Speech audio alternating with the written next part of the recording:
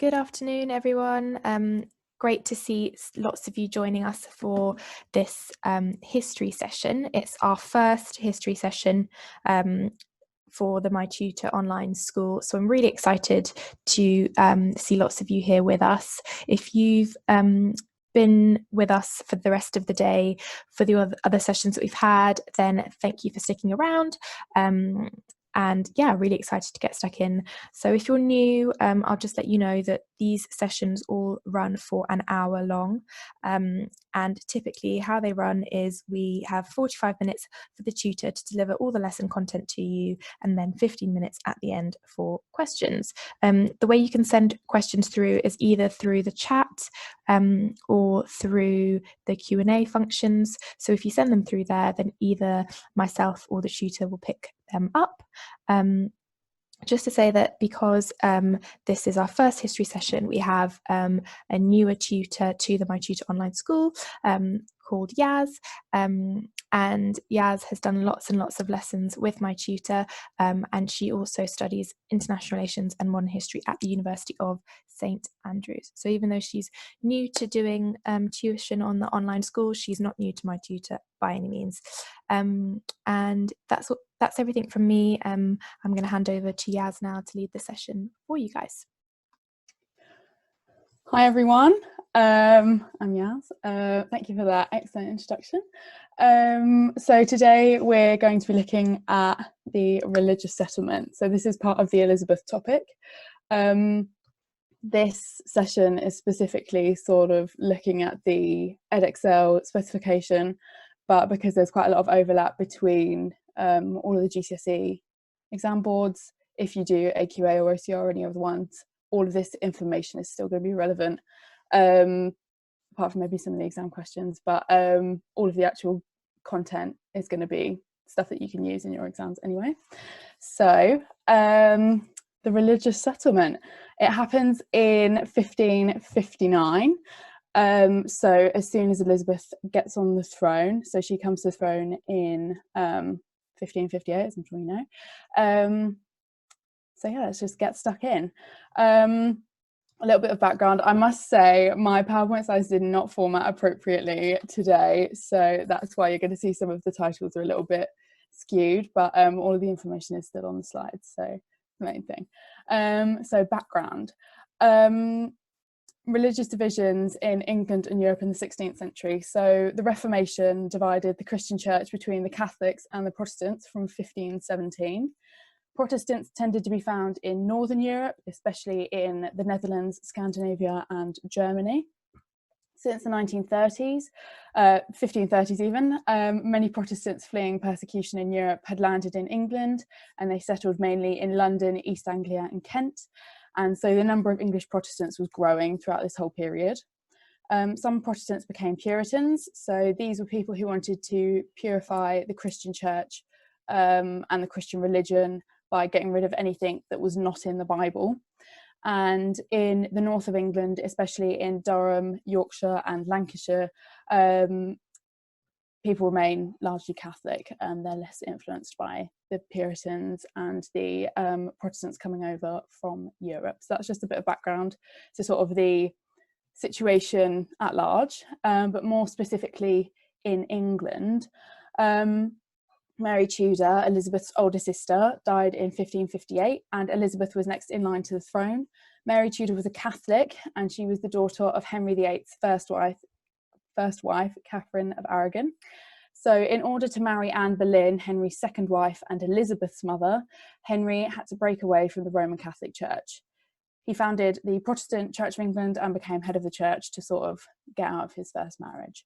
So when Henry and his successor Edward, both Protestants, died and Mary Tudor came to the throne, she reverted England to Catholicism. She was ruthless in her task, and she burned 300 Protestants for refusing to convert to Catholicism. This one had the name Bloody Mary, which I'm sure you've heard. And as a result, when Elizabeth, a Protestant, came to the throne in 1558, there's a very serious religious division in England. Religion was central to life in England. Most people in England were either a Catholic or a Protestant, and some Protestants were Puritans, which is a more extreme version. Elizabeth was a Protestant queen, and so she was taking over a country that was still largely Catholic, and this threw up some teething problems. So now we're going to have a look at the religious divisions in England, who they were between, and the key beliefs of Catholics, Protestants and Puritans. So Catholicism. The Pope is head of the church, and he's supported by cardinals, bishops and priests. The church is the intermediary between the people and God, and the church can forgive sins.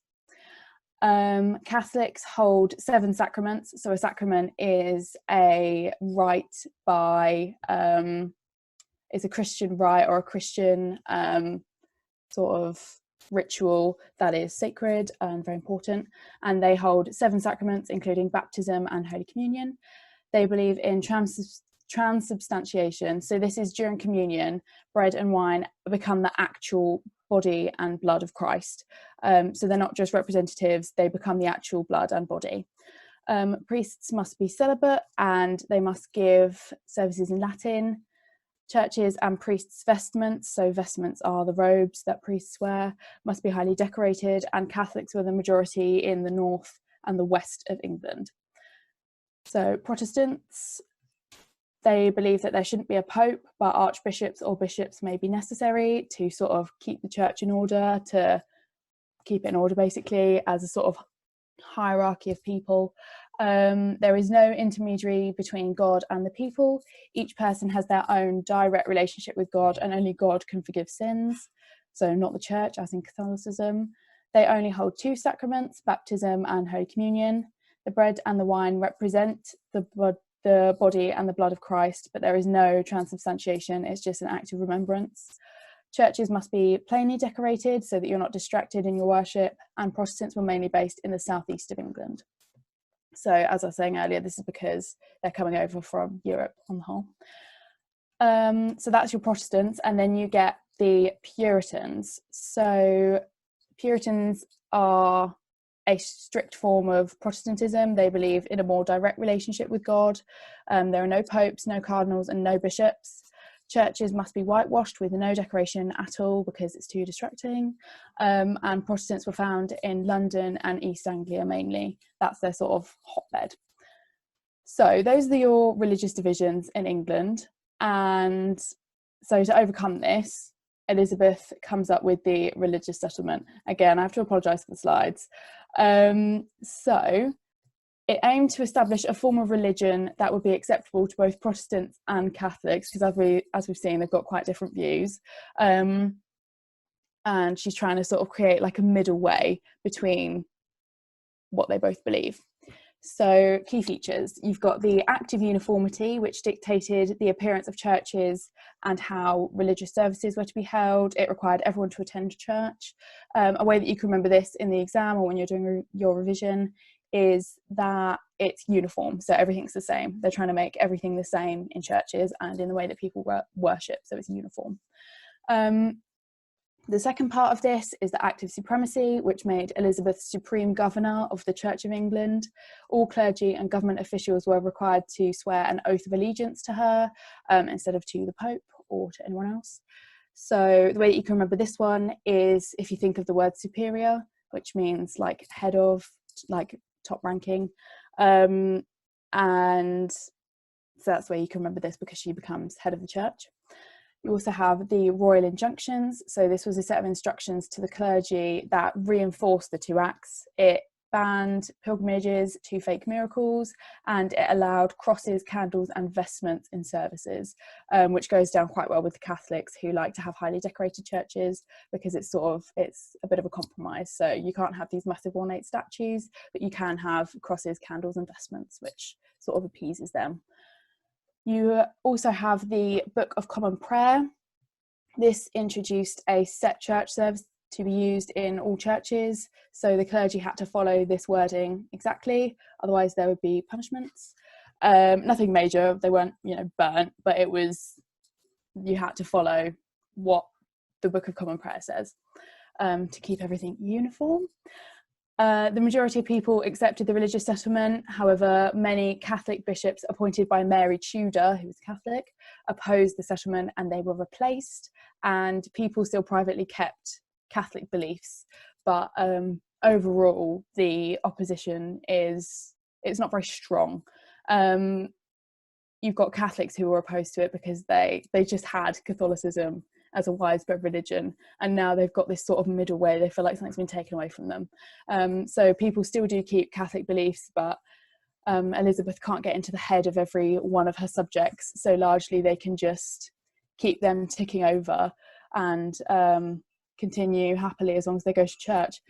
So those are sort of the key features. What were the aims though? The wording of the prayer book was written so that it could mean different things to Catholics and to Protestants. So, for example, with the communion sacrament, as it was referred to in the Book of Common Prayer, it could be interpreted as transubstantiation by Catholics, and Protestants could view it as an act of remembrance. So both of their beliefs are being upheld, basically. They can interpret it however they want. So that gives them some flexibility, and it makes people more likely to accept it because they can still worship the way that they would anyway. The Protestants would have approved of the ban on pilgrimages to fake miracles, while Catholics would have approved of the possibility of real miracles. So for Protestants, it clearly says if it's a fake miracle, you can't go on a pilgrimage there, so they're happy. But Catholics are happy because it hasn't said miracles don't happen, it just says you can't worship fake miracles, you can only go to real ones. So there's still possibility there, there's still flexibility, which is key. Candles, crosses and vestments were to be used in services, so this allowed some decoration for Catholics, but not so much that Protestants would be entirely opposed. Again, it's all about give and take, compromise. That is the main aim really of Elizabeth's religious settlement. She's just trying to keep everyone happy so that no one rebels. So the other sort of key part of the way that this is implemented is through the royal injunctions. So the royal injunctions stated that all clergy were required to teach the royal supremacy, to report those refusing to attend church to the Privy Council. Absentees were then fined a week's wages, which even today is still quite a lot. You wouldn't want to lose a week's wages just because you didn't go to church. They had to keep a copy of the Bible in English, not in Latin. That was key. They had to have a government license to preach. They had to prevent pilgrimages, religious shrines and monuments to fake miracles being set up, and they had to wear vestments. So hello, did she kill anyone like Mary did? She didn't go on a massive rampage the same way that Mary did. She didn't kill 300 Catholics.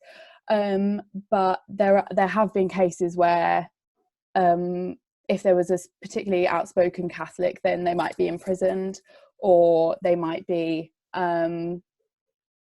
punished in another way. But it wasn't like a campaign of ridding England of Catholics in the same way that Mary's was, but she wasn't completely innocent of not going after Catholics, if that makes sense. It's sort of a bit hazy. But yeah, so those are the main things. What about the impact then? So 8,000 clergy out of 10,000 accepted the religious settlement. So on the whole, people accepted it, including people in the church, which is good. Many Marian bishops, so they're Catholic bishops appointed by Mary Tudor, opposed the settlement, and then they had to be replaced. And the majority of ordinary people accepted the religious settlement and attended the church services, even though many of them held on to Catholic beliefs. You go, you say your prayers, and then you go and you worship on your own at home. So she doesn't completely wipe out Catholicism. She doesn't try to completely wipe out Catholicism. She's just saying that openly you have to worship in the same way that a Protestant would, in the same way that I have now laid out through my religious settlement. So what were the strong Protestants called? So with Protestants, you've got Protestants and Puritans. So the Protestants are just normal Protestants, and within Protestantism you've got more relaxed ones and more extreme ones, but then you've also got Puritans, and Puritans are the most strict Protestants.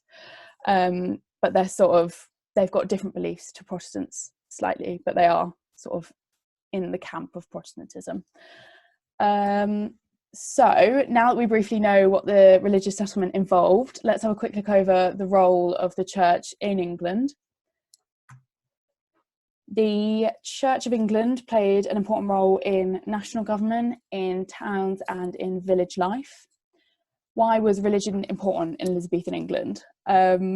Religion was central to life in England. Religious teachings and practices guided people's morals and behaviour, as well as their understanding of the world.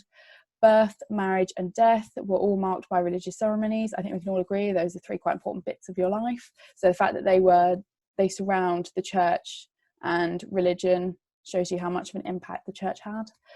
People believed that going to church, attending pilgrimages and confessing sins reduced your time in purgatory, where your soul is purged of sin using spiritual fire before you reach heaven. So if you go to church, go to pilgrimages and you confess your sins, you can go to heaven quicker, basically. And religious festivals such as St. Swithin's Day, which is the 15th of July, marked the agricultural year, and they were seen as essential to a good harvest. So not only does it go around important parts in a person's individual life, but they're important for the way that people get food. Like, it's really ingrained into the English society. So the role of churches in society generally. Priests needed a government licence to preach. This ensured that the clergy preached Elizabeth's religious and political message, so they were all on the same page. Courts dealt with marriage, sexual offences, slander, which are false insults, wills and inheritance. So again, quite important for church courts. The parish helped the parish church helped people in times of hardship and uncertainty. So that's whether it was through charity or like spiritually. They enforced Elizabeth's religious settlement of 1559. Bishops carried out visitations of the church and the clergy to ensure that they obeyed the religious settlement. So these took place every 3 to 4 years, and they also involved checking the licenses of physicians, midwives and surgeons. So again, you can see it's like broader influence. They are involved in medicine as well as religion. And the church encouraged people to remain loyal and not to rebel against their monarch. So this is quite an important thing, because Elizabeth doesn't want a rebellion, so she's using the church, and it's quite important in people's lives to make sure that people are staying loyal, basically, and they're not going to rise against her. So drilling it down now, we're going to have a look at the role of the parish clergy and the church generally in village life and in town life. So in village life, the clergyman was a major figure in the village community. He conducted church services during baptisms. He also did weddings and funerals. So again, 3 big bits of your life are all conducted by the clergy. The clergy also offered spiritual and practical advice and guidance to people. They were funded by taxes or by other sources of income, such as funding from the gentry. So you can see that it's a lot of, in villages, it's very much everyone comes into the church and they're equal. So you've got mixing of the gentry and the peasants. They wouldn't sit together, but they would all go to church together. Church was sort of the staple in village life that brought everyone together. But then when you look at the towns, it's a different story. So towns often contained a range of religious beliefs. This is because towns were industrial centres. You had a lot of people travelling through with trade. You've got people coming in to sell their wares from the market. You've got a lot going on in towns compared to villages. So you've got a lot more religious beliefs. Therefore, the role of the clergy varies both within towns and between them. So in London, for example, you have a wide variety of parishes, some which are very wealthy and others very poor. And so because of that, you've got a lot of different issues that you've got to deal with. And one of the biggest ones is overcrowding, because from overcrowding, you've got a whole new bunch of issues to deal with, like poverty, vagrancy, disease, things that you don't get as much in villages because they're more spread out. They're in the country, they've got access to cleaner water, fresh air, things like that. So it's very different between the village and the towns, even though they're important everywhere, if that makes sense. Was the village more religious? Everyone was quite religious at this time. I don't think you could say if anyone was more or less religious. The way that they practice it might be slightly different, but on the whole, everyone's sort of the same level of religiousness, I guess. And also you said, are the Catholics corrupted? It depends who you ask. If you're to ask a Puritan, they probably would say yes. And it depends what side of the Reformation you stand on. So yes, it depends who you're looking at. So a Catholic wouldn't say that they're corrupted, if that makes sense. Okay, so the church had a very important role in Elizabethan England, as we've just sort of discussed. It permeated all levels of society, so it's very important to people. It's a big part of their lives, and so some people were not happy with the religious settlement, mainly Puritans and Catholics, and so they posed a challenge to Elizabeth as a result. So, going to have a look now at the Puritan challenge. Who were the Puritans? Well, Puritans wanted to develop their own church, not controlled by the Queen. They didn't want anyone to be head of the church at all. There would be no bishops, and priests would not wear vestments. So they're all very plain clothes, ordinary people. Puritans wanted to ban sinful activities, so this includes things such as gambling and cockfighting. I don't know if you watch horrible histories, but if you do, there's a scene just before the Charles II song, and it's someone coming to someone's house on Christmas Day, and they are saying, oh, do you want to do this, do you want to do that? And they say no, it's sinful to absolutely every single thing, because they thought that quite a lot of stuff was sinful. So Christmas, for example, was sinful to a Puritan. So yeah, they want to ban all of those, and obviously if you ban all of the sinful activities, you're not going to have very much fun. Puritans wanted a simpler style of worship with no religious idols, no crucifixes, no statues, no candles that were overly decorative. So they really want to scale it all down and make it just about the person and God. Many Puritans were very anti-Catholic, and they believed that the Pope was the Antichrist, so that's quite strong. But they, like I said, they're the most extreme form of Protestantism. So what was the nature of their challenge? There are two things that they oppose most of all, that we're going to look at today. So crucifixes and vestments. So to appease the Catholics, Elizabeth demanded that a crucifix be placed in each church, but Puritans didn't like this. And some bishops, Puritan bishops, threatened to resign. So Elizabeth had to back down because she couldn't replace them. So they do sort of win that one, but in the grand scale of things, taking a crucifix down off of a church wall isn't a major challenge to Elizabeth's religious settlement. And then the other major challenge was to vestments. So the royal injunctions decreed that the clergy should wear special vestments. Like I said earlier, these are the robes that priests wear. And this resulted in the resignation of 37 Puritan priests. It sounds like a lot, but if you remember, there were 10,000 priests in England at the time, so 37 out of 10,000 isn't a major deal. So it looks like the Puritans aren't really much of a threat. So what was the extent of their threat? Well, Puritans were a vocal group within English society. Puritans such as John Fox, Thomas Cartwright and John Field were openly anti-Catholic, and they were opposed to bishops. However, they did not try and overthrow the Queen or to seize power. Although they don't think that Elizabeth's religious settlement goes far enough, they think it needs to be more extreme. They do not want to remove a Protestant Queen who was largely sympathetic to their beliefs.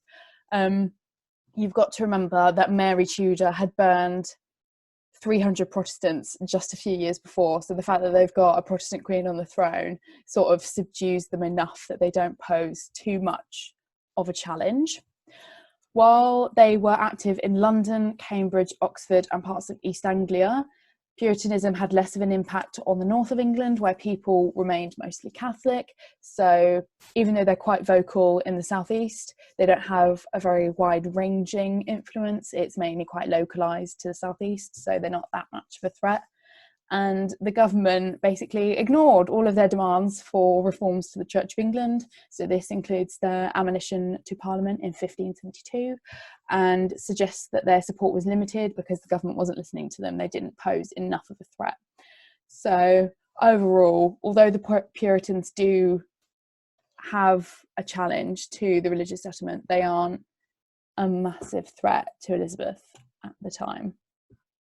So let's have a look now at the Catholics. Just before I do that, there's a question: did the Puritans attack overly decorated churches? They wouldn't have physically gone in with flaming torches, to my knowledge, but they were opposed to it. So if they were worshipping in a church and it was a Puritan church and it was only Puritans there, then I imagine they would take down the cross. But they weren't going around burning churches or anything like that. They personally believe that the nature of religion is between God and the worshipper, and you shouldn't have like statues of the Madonna and stuff like that in a church because it distracts you, and you need to be focused on your relationship with God exclusively. So that's the Puritans. Now on to the Catholics. So the Catholic Church attempted to reverse the Protestant Reformation in Europe. This is called the Counter-Reformation. And as a part of this, in 1566, the Pope issued an instruction to English Catholics not to attend the Church of England services. And as I said earlier, you had to attend church, and if you didn't, you had to pay a week's wages. So that's quite a big ask. And then in 1570, he excommunicated Elizabeth from the Catholic Church, which opened the way for Catholic countries to try and overthrow the English Queen. So this was quite a big thing. If you'd been excommunicated from the church, you'd been cut off and like cast out of Catholicism. And because most of Europe at this time is Catholic, that's quite a big thing. Someone's just said the Spanish Armada, yeah, 100%. That comes later, so that's 1588. But that is motivated in part by the excommunication of Elizabeth. So well done, that's excellent knowledge there. So that is sort of a bit of background, but what was the extent of the Catholic threat? Well, up to a third of the nobility and many gentry were secret Catholics. So especially in the north and the northwest of England, the Catholic nobility felt that their influence was dwindling under Elizabeth's regime, and they were positioned to incite a rebellion. So previously under Mary Tudor, they had quite a lot of power. So all of her councillors were part of they were all Catholics, and so they had sort of the ear of the Queen, but now they've obviously been replaced with Protestants, so they've been cast out really from politics. A lot of you are talking about Mary Queen of Scots. Yes, she is a threat against Elizabeth, and I'm going to come to her in a second when I look at France. Fear not. So the Pope's instruction not to attend Church of England services gave Catholics a powerful religious reason to rebel. The Pope has literally told them not to go, and when he excommunicated her in 1570, it only encouraged Catholics both within England and from abroad to increase their challenges. So among Catholics, more so than Puritans, there is a current of rebellion, which is just being continually encouraged from the Pope and from foreign powers. So let's have a quick look at the Catholic challenge from abroad. So in France, when religious war broke out in 1562, Elizabeth backed French Protestants, and she did this hoping to take back Calais. But this policy failed, and French Protestants made peace with the French Catholics later that year, and Elizabeth was put in a precarious position with France and the Catholics back home because she just openly supported the Protestants. And Now she was sort of left in the lurch. And yes, as lots of you have been saying, Mary Queen of Scots. So Mary Queen of Scots is Queen of Scotland, and she marries Francis II, who is the French king. And so this reinforces the Old Alliance. The Old Alliance is an alliance between Scotland and France against England.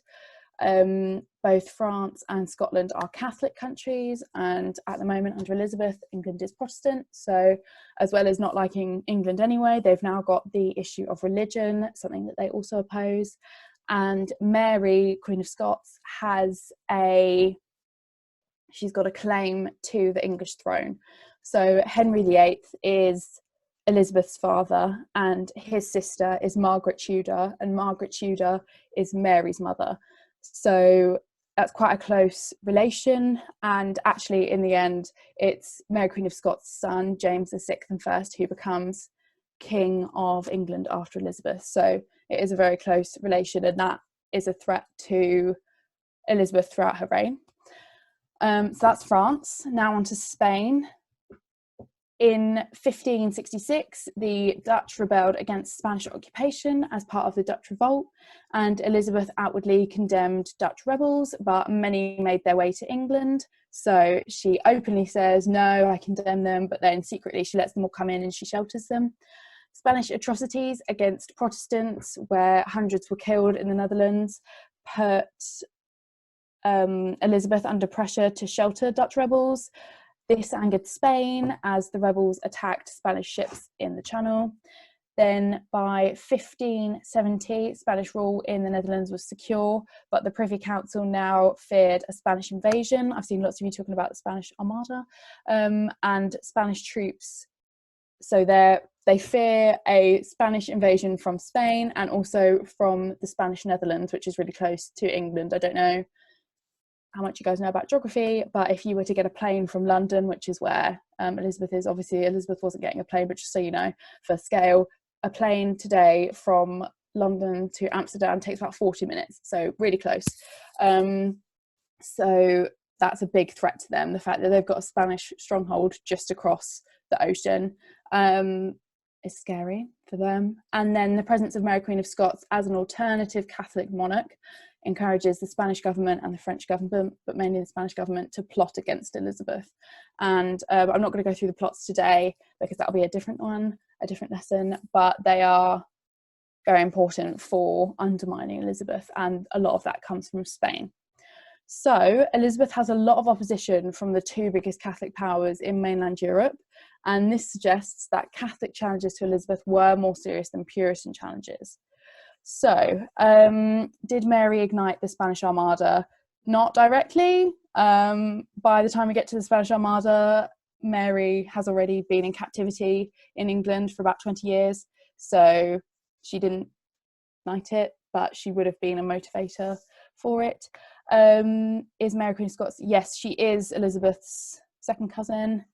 And does she have illegitimate problems? Do you mean Mary or Elizabeth? Because both of them do. But Elizabeth has a lot more, but we'll cover that in a different session. And was Drake a sailor? Yes, he was. And yes, he did destroy Spanish warships, and he also looted from warships, both Mary and Elizabeth. Yes, Elizabeth has a lot of illegitimacy issues, and Mary's got them as well, because she was she was a baby when she came to the throne, so that there's a lot of issues about that, and she was sent straight to France, so Scotland don't really feel very close to her. Did France try to stop Mary's imprisonment? No. France have moved on from Mary at this point. They're quite harsh in their treatment of Mary, so she's expelled after her husband dies and she has to return to Scotland, and then they don't support her as much as they did when she was actually in France. I actually can't remember off the top of my head when she was executed. I know that she was imprisoned in 1568, but I will look that up now, because it's quite important. So she was executed in 1587. So her execution was one of the things that started the Spanish Armada. Well, one of the motivators for it, but it wasn't the main thing. Excellent. So that's the Catholic challenge. it's important to remember overall that most people are happy with the religious settlement. Either people are pleased with it because they're Protestants, they dislike it, but they do not openly oppose it, and they continue to practice Catholicism or Puritanism in private, or the opposition that they do voice is limited and it doesn't massively affect Elizabeth's position. So during Elizabeth's reign, there were no serious rebellions from Catholic nobles. When they were crushed, and all foreign invasions were rebuffed. So no foreign invasion actually gets to land in England. So overall, Elizabeth's religious settlement is a success, in that no civil war breaks out, there are no major rebellions that overthrow her as queen, and no foreign army invades under a Catholic guise. So a quick summary of everything that you hopefully have learned today. England followed two different forms of Christianity, Protestantism and Catholicism. Protestants did not recognise the Pope and believed in a more direct relationship with God than Catholics. Puritans were strict Protestants with more extreme beliefs. Elizabeth introduced the religious settlement in 1559 to establish a form of religious practice acceptable to both Protestants and Catholics. She's coming up with a compromise. The Act of Supremacy stated that Elizabeth was head of the Church of England.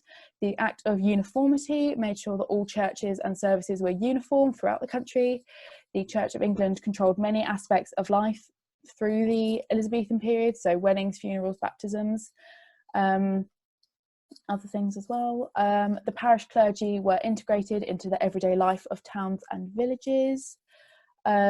Puritans wanted a simpler form of worship based directly on the Bible, and they opposed the use of vestments and crucifixes. The government ignored most of the opposition from the Puritans, and they soon lost momentum, especially as some of their older leaders started to die of old age. And then the Catholic noblemen in the north represented a threat to Elizabeth's Protestant regime. The Pope excommunicated Elizabeth and encouraged Catholics to plot against her, and the Spanish and French wanted to invade England and put Mary Queen of Scots, a Catholic, on the throne, but overall they're not successful, so Mary wins out in the end. Why did Elizabeth kill Mary? There's a plot called the Babington plot, and Mary gets caught as part of the Babington plot openly plotting against Elizabeth to kill her, and so she has to be executed. But Elizabeth really ums and ahs about it. She doesn't want to kill another queen, and she doesn't want to kill her cousin, so it is a hard decision, but she only does it because there is solid evidence in the form of a letter that Mary, Queen of Scots, was actually plotting to kill Elizabeth. So it was either kill or be killed. So didn't Scotland eventually become Protestant? Yes, it does. A few kings down the line. So how hard was it to get out of the tower she was imprisoned in, and what was it called? It was quite hard to get out of the tower, obviously, because she doesn't get out, but she would have had a lot of guards on her at all times as well, because she is quite a big threat to Elizabeth, and it's called Fotheringhay Castle. So that's that. Okay, so that's everything in terms of content that we're going to go through today. I've gone through it quite quickly, so if you've got any questions, keep putting them into the chat box. But for now, what we're going to do is a quick matching exercise. So what you need to do is you just need to write which statement matches to which answer. So just put 1A, 2B, for example, and then we'll go through some answers. So your statements are: what made Elizabeth supreme governor? What made sure all church services were the same? What laid out the wording of church services, and what banned all pilgrimages to fake miracles? And your answers are the Act of Uniformity, the Royal Injunctions, the Act of Supremacy, and the Book of Common Prayer. So I'm going to give you 20 seconds now to put in your answers, and we will see what you guys come up with. So just a reminder, you just need to write 1A, 2B, or whatever you think the answers are. Yep, well done, Lily and Eddie. Excellent job. And you're going to be looking at what made Elizabeth Supreme Governor, what made sure all the church services were the same, what laid out the wording of church services, and what banned all pilgrimages to fake miracles. This is all stuff that we covered today, so hopefully you should be able to remember it. If you don't worry. They're all similar, so if you're getting confused, really don't worry. Just make a note of it when we go through the answers, and then you'll know for future reference. Okay, so that's been about 20 seconds. Hopefully you've all had a chance to think about it, even if you haven't all had a chance to get your answers in. So we're just going to have a quick look at the answers now. So, what made Elizabeth Supreme Governor? The Act of Supremacy. Well done if you got that right. If you didn't, make a note of it now. What made sure all church services were the same? The Act of Uniformity. Again, well done if you got that right. If you didn't, make a note of it. What laid out the wording of church services? The Book of Common Prayer. Again, well done if you got that right. Jot it down if you didn't, because putting the Book of Common Prayer into exam answers looks really good because most people forget about it. And what banned all pilgrimages to fake miracles? The Royal Injunctions. The Royal Injunctions is probably the most forgotten about part of the religious settlement. So if you can get this in, that just looks excellent to exam moderators and markers, because you really know your stuff. Obviously, make sure you know what it is before you include it. But if you can get that in there and explain what it is, that is big brownie points with the markers. Okay. So if you haven't got those, just jot them down now, because they are really important and they will really boost your exam answers if you can get them in. But yes, well done if you got them. It means that you've been paying attention, and that is what we like to see. So that was the quick matching exercise. Now we're going to have a look at exam questions. Don't worry, I'm not going to make you write anything much, but I'm just going to go through what kind of questions you could get. So you could get a question on the religious settlement for any of the Elizabeth paper questions. So your 4 marker, your 12 marker, or your 16 markers, they could, any one of them could be on the religious settlement. It's quite important, and there's a lot of flexibility in it, so it's used quite often.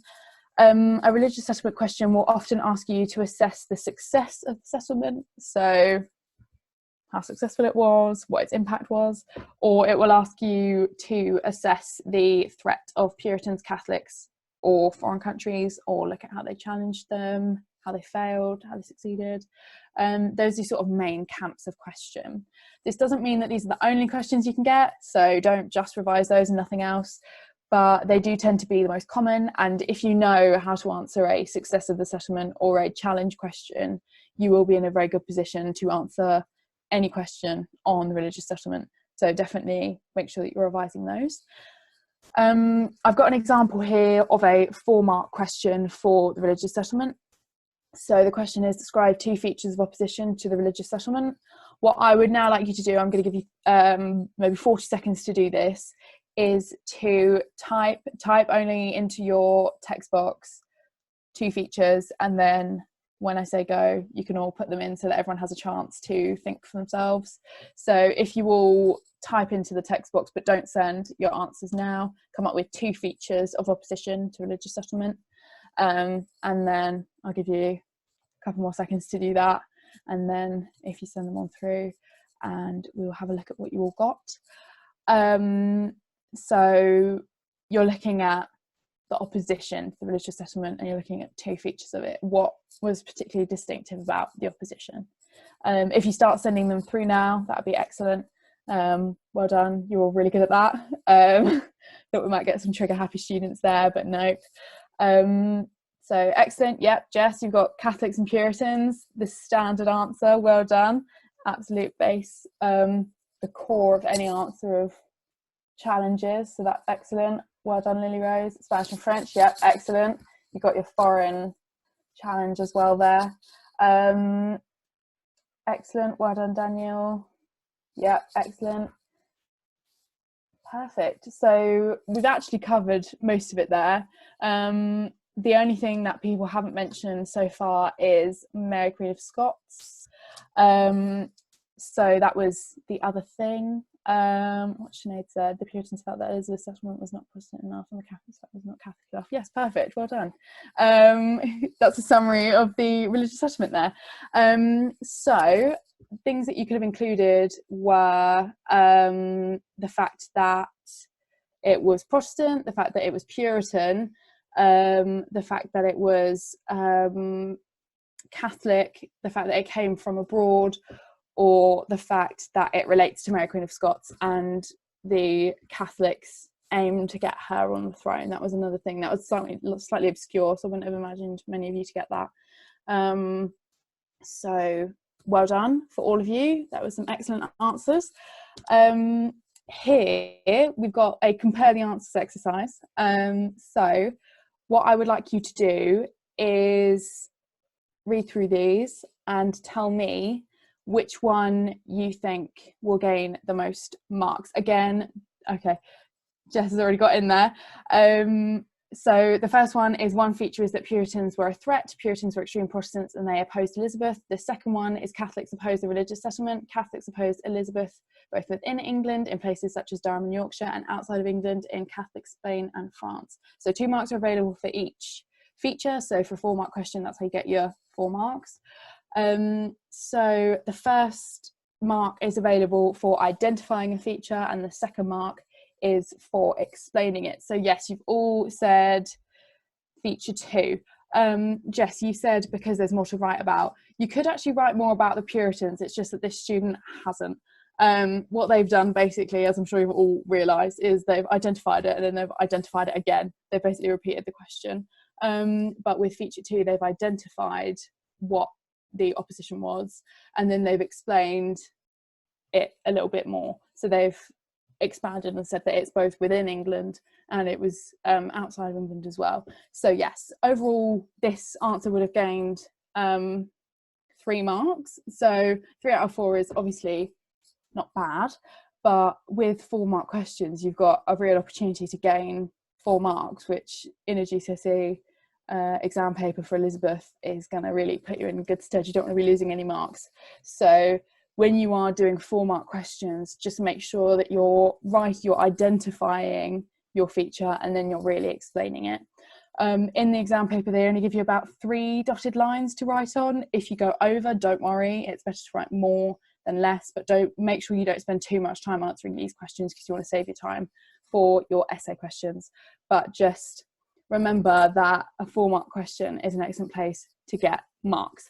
But yes, well done, you all knew what you were doing here. You all said feature 2 straight away, so that was excellent. I've got no worries about it, guys. So a quiz, as if we haven't had already. If you are all ready, there are 5 questions. And hey, why is Europe where? Okay, so Europe opposes the settlement. I'll just explain this first of all, because they are Catholic. So in France and Spain, they are predominantly Catholic countries. They've got Catholic monarchs. And the fact that Elizabeth is religious is a Protestant even, like her religion is Protestant. They don't like that and they want to overthrow her. So that's why Europe oppose her. And you've got to remember that at this time Europe are warring all the time. So the fact that they can oppose her for religion is another key factor for them, really. Okay, so the quiz. First question, what year was the religious settlement? What year was the religious settlement? I'll just give you a couple of seconds now to type in your answers and we will go through what you will get. Yes, good job, guys. What year was the religious settlement? Okay. Excellent. Some of you are putting in some good answers here. One of you have said when Elizabeth I was crowned. She actually became queen in 1558. so a year before the religious settlement, which was in 1559. So well done to everyone who wrote 1559. If you didn't get it right or you wrote 1558, don't worry, that is the most common mistake. So don't worry about that. 1558 is when she comes to the throne, and then in 1559 she passes her religious settlement, but this is one of the first things she does, so you can absolutely be forgiven for thinking that, but just make sure in the exam that you know it's 1559. So if you got that wrong, just jot that down now. But yes, well done, most of you got that right. All right, next question. What two acts made up the religious settlement? What two acts made up the religious settlement?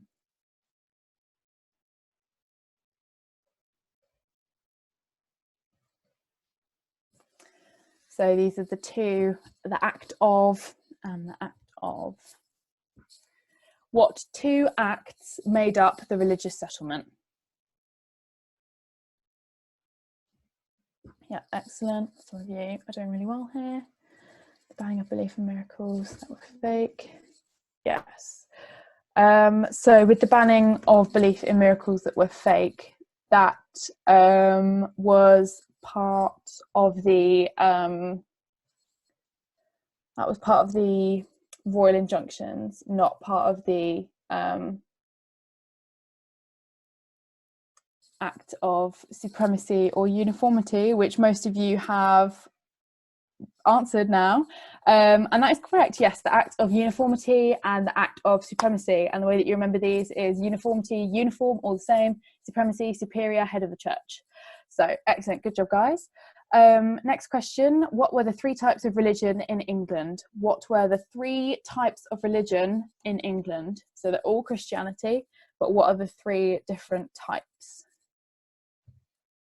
What were the three types of religion in England? Excellent. Yes, well done guys. Yes, perfect. So a lot of you have submitted your answers and you're getting it right. So you've got your Protestantism, Catholicism and Puritanism. Well done. If you didn't get that, jot it down, because that's key to sort of the background of the religious settlement. Okay, so penultimate question. Who challenged the religious settlement in England? Who challenged the religious settlement in England?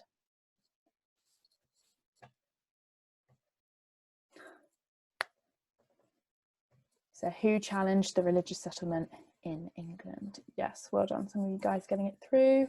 To answer Jess, is there an extreme version of Catholics compared to Puritans? Not in the same way. You're going to get more extreme Catholics and less extreme Catholics anyway, just because there's always a spectrum in religion. But they haven't got a name for more serious Catholics in the same way that Puritans do. Yes, excellent. So you've all got excellent answers there. It was the Catholics and the Puritans. Some of you have been more specific, so you've said nobles and people privately, which is all correct. Well done. So last question, which countries threatened England? Which countries threatened England? Clue, they're European countries, and they're both quite close. So which countries threatened England? Excellent. Perfect. You all seem to be getting it here. Yes, Scotland, France and Spain. Excellent. My main answer was France and Spain, but yep, Scotland is also another thing. If you say Netherlands, it has to be Spanish Netherlands, because they're being occupied by Spain. So in that sense, it's sort of Spain. But yep, that is excellent. A good bit of extra knowledge there. Perfect. So most of you seem to have got their answers right, which is good for me, because that means that I've taught you well today, hopefully. Jess just said, what revision techniques would you recommend? How perfect. My next slide is on revision tips. It's like you read my mind. So what I would say to do, first of all, well done to everyone who got all the answers right in the quiz. If you didn't, jot them down. You can scroll up through the chat and I'm sure you'll see them all. But yes, well done. Even if you did get them right, jot them down because they're really important. So revision tips. Make a cheat sheet with all of the key dates, names, facts and figures. This is really good for revision. You can just have it all on like an A4 piece of paper, and then you can just come back to that. You can stick it up on your mirror, on your fridge, anywhere. Just have it somewhere that you can see it all the time. And also it will really help with your revision when you're doing past paper answers and things like that, to come back and have all of your dates in one place. Make bubble maps for the following topics. So differences between Catholics, Protestants and Puritans, the key features of the religious settlement. So in this, make sure you include the Act of Uniformity, the Act of Supremacy, the Common Book of Prayer and the Royal Injunctions, because they're all really important. The role of the Church in society, the Puritan challenge and the Catholic challenge. And then my final tip, you'll probably hate this, but it is practice, practice, practice using past paper questions. Nothing is going to prepare you more than actually doing the past paper questions. So you can have a go at doing these under time conditions for excellent exam practice. Just set a timer on your phone and have a go. That will make you feel more comfortable in the exam because you know what you're doing, and you've done it under time conditions. You know that you can write your answer in 4 minutes. And also have a go at writing model answers. So have your notes open and write a proper model answer. Take your time doing it. This is good practice, so you know what you need to do to write a top level answer. You sit in your exam and you go, I've done it before, I know how to do it. And then you can learn key elements of the answers for the exam. Don't learn your answers word for word, because if the question is slightly different, you need to be flexible. But if you can remember that for a religious settlement question you always include these 5 things, then that will put you in really good stead for the exams. So those are my main revision tips. I've got a question slide now, but you've been asking them the whole time. So you're all very welcome for the lesson. It's been a pleasure to teach you all. Are we doing Spanish Armada after this lesson? I'm sure at some point we will go through the Spanish Armada. It's quite a popular one. I really like doing the Spanish Armada, so yes, I imagine so. And where do you recommend to get these past papers? Okay, so depending on your exam board, you will have, you can just search online, Edexcel, GCSE History, Elizabeth past paper questions, and most of them will come up. So for Edexcel, they only have the specimen paper and the sample paper. So you only have 2 full papers to do. But if you have there's a Pearson, I've only got the revision cards on me, but you've got Pearson revision guides. They sort of look like this, they're purple, or the any revision guide basically, I don't have any to hand at the moment, is going to have good exam practice in. So I would say get some of them. Some of them are online, so they're cheaper, so that's also good. I got these revision cards for like £3.99, and it comes with a free online revision guide, so that's quite good. And yes, ask your teachers. So if you just send them an email, they will have access to the most recent exam papers, past papers, so they can send you them as well. But yeah, revision guides, search it online or ask your teachers. That's what I would say. But yes, that's everything, I think, unless any of you have got any other questions. I haven't seen any new questions come through, but I think it's probably a good place to leave it anyway, because we just have a couple of minutes. But thank you so much, Yaz, and thank you for everyone for sticking around and for tuning in. And as Yaz said, we are hoping to have some more history sessions in the future, so make sure that you keep your eye on the My Tutor Online School timetable. But thanks everyone, and see you again tomorrow for another day of lessons. Bye. Bye.